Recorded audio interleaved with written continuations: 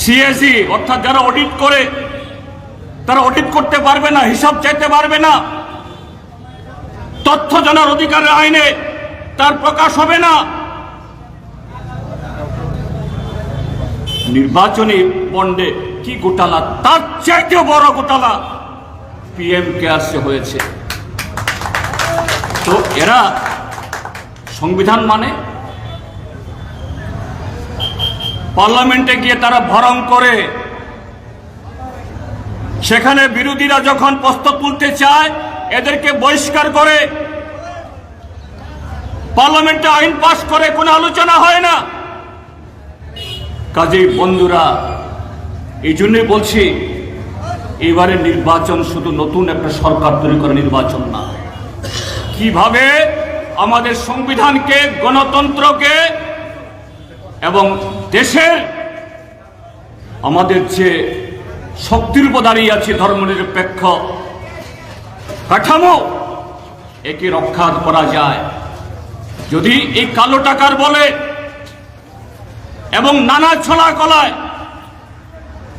গত 10 বছর যেরকম ভাবে ক্ষমতা তারা দখল করেছে, রাজ্যে রাজ্যে এইভাবে কোথাও বিধায়ক কিনে, কোথাও সাংসদ কিনে, এইভাবে যদি আসতে পারে, ভারতবর্ষে আর কোনো নির্বাচন হবে না, ইলেকশন হবে না, সব সিলেকশন। সেই সিলেকশন কোথায় হবে? বিজেপির অফিসে। তারাই ঠিক করে দেবেন কে মন্ত্রী, কে শান্ত্রী, কে কি পাবে, তাদের কথা উদ্বাস করতে হবে। এদেশের অফিসার, বিচারক আপনারা দেখেছেন, ভারতের সুপ্রিম কোর্ট তার প্রধান বিচারপতি নির্বাচন কমিশন গঠন করা নিয়ে এটা আইন তৈরি করে দিয়েছে। এই নির্বাচন কমিশনার কারা হবেন? প্রধানমন্ত্রী, ভারতের সুপ্রিম কোর্টের যে প্রধান বিচারপতি এবং বিরোধী দলের একজন, 3 জনে মিলে গায়ের জোরে 144 জন সাংসদকে পার্লামেন্ট থেকে বহিষ্কার করে দিয়ে আইন পাস করে দিল। কে? প্রধানমন্ত্রী, তার পছন্দের একজন মন্ত্রী আর বিরোধী দলের নেতা, অর্থাৎ 2 জনের সংখ্যাগরিষ্ঠতায় তারা নির্বাচন কমিশন ঠিক করবেন, তারাই সমস্ত পরিচালনা করবেন। সুপ্রিম কোর্ট কেউ মানে না।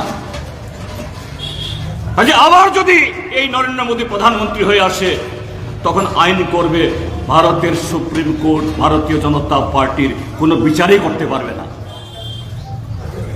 সম্পূর্ণভাবে একটা ফেসিবাদী হিটলারি রাজত্ব চলে আসবে ভারতবর্ষের মধ্যে।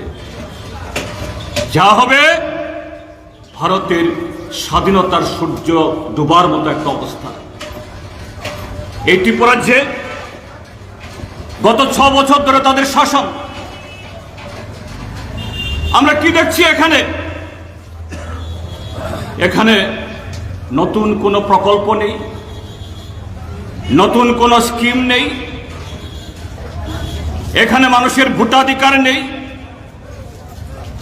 আইন শৃঙ্খলা থেকে শুরু করে এ রাজ্যে এর আগে 7.5 দশকে যা কিছু আমরা অর্জন করেছি, গত 6টা বছর এটাকে প্রায় ধূলিসাৎ করে দিয়েছে সবকা সাথ, সবকা বিকাশ, সবকা বিশ্বাসের নামে। আজকে তারা বলছে যে সুশাসন চলছে। তারা বলছে এক ত্রিপুরা শ্রেষ্ঠ ত্রিপুরা তারা বানাবে। তার আগের মুখ্যমন্ত্রী একজন, তিনি বলেছেন 3 বছরের মধ্যে ত্রিপুরা রাজ্য মডেল রাজ্য তৈরি হবে। কি মডেল? আজকে নেশা কারবারিতে, নেশা ব্যবহারে সারা দেশ ভারতের স্বরাষ্ট্র মন্ত্রকের তথ্যে আমাদের ত্রিপুরা যে 1 নম্বরে। আত্মহত্যা, অপমৃত্যু, এ সমস্ত ক্ষেত্রে সারা দেশের মধ্যে আমরা 2 নম্বরে। নারী পাচার, নারীর উপর নির্যাতন, সেখানেও সারা দেশের 5টি রাজ্যের মধ্যে আমরা ত্রিপুরা রাজ্য সেই 5 নম্বরের মধ্যে ত্রিপুরার যে জনসংখ্যা কত? মাত্র 40 লাখ। 10 কোটি, 12 কোটি, 15 কোটি, 20 কোটি রাজ্যের জনসংখ্যা রাজ্যগুলোকে পেছনে ফেলে 40 লক্ষ মানুষের ত্রিপুরাজ্য আজকে শ্রেষ্ঠ ত্রিপুরা বনতে গিয়ে ভালো কোনো কাজে না, কর্মসংস্থানে, উন্নয়নে, অর্থনৈতিক বা কৃষি বা শিল্প উন্নয়নে বা শিক্ষা বা স্বাস্থ্য সেদিকে না, অপরাধের ক্ষেত্রেতে। আমি ত্রিপুরাজ্যের পুলিশ বাহিনীকে দোষ দিচ্ছি না, আমাদের পুলিশের অফিসার এবং জওয়ান বন্ধুরা এর জন্য আপনারা আহত হবেন না, কারণ সরকার, যারা সরকার চালাচ্ছে তারাই ঘটনা ঘটাচ্ছে। আপনারা দেখেছেন গত 27 তারিখ নমিনেশন দেওয়ার সময়তে কোনো প্রার্থী নির্বাচন কমিশনের নির্দেশিকা অনুযায়ী 5 জন নিয়ে ঢুকতে পারে, আর বিপ্লব কুমার দেব পশ্চিম ত্রিপুরা লোকসভা আসনে তাদের প্রার্থী 30 জন লোক নিয়ে ঢুকেছে। ডিএম এসপি নিষেধ করে শুনেনি। এভাবেই ত্রিপুরাজ্যের সমস্ত অফিসারদের, সমস্ত যে সরকারি কর্মচারীদের তারা অপরাধী করছে। আসল অপরাধী তারা। সে অপরাধীরা পায়ের তলা মাটি ক্ষয় হচ্ছে তারা জানে। সেই কারণে আজকে আইপিএফটি তার সাথে আজকে মথার সাথে সেখানে তাদের আতাত। আমি জিজ্ঞেস করবো খুব বিনয়ের সাথে ভারতীয় জনতা পার্টির বন্ধুদের, ত্রিপুরা মথার দাবিগুলো কি, স্লোগানগুলো কি সবাই জানেন? গ্রেটার ত্রিপুরা ল্যান্ড, ত্রিপুরাকে ভাগ করতে হবে, নো কম্প্রোমাইজ। আজকে ভারতীয় জনতা পার্টির সাথে ত্রিপুরা মথার যে আতাত হয়েছে, ত্রিপুরা মথার প্রার্থী বিজেপির চিহ্ন নিয়ে দাঁড়াচ্ছে, গ্রেটার ত্রিপুরা ল্যান্ড নিয়ে ভারতীয় জনতা পার্টি তাদের বক্তব্যটা কি, তাদের স্ট্যান্ড কি বলো? ত্রিপুরা মথাকে জিজ্ঞেস করব,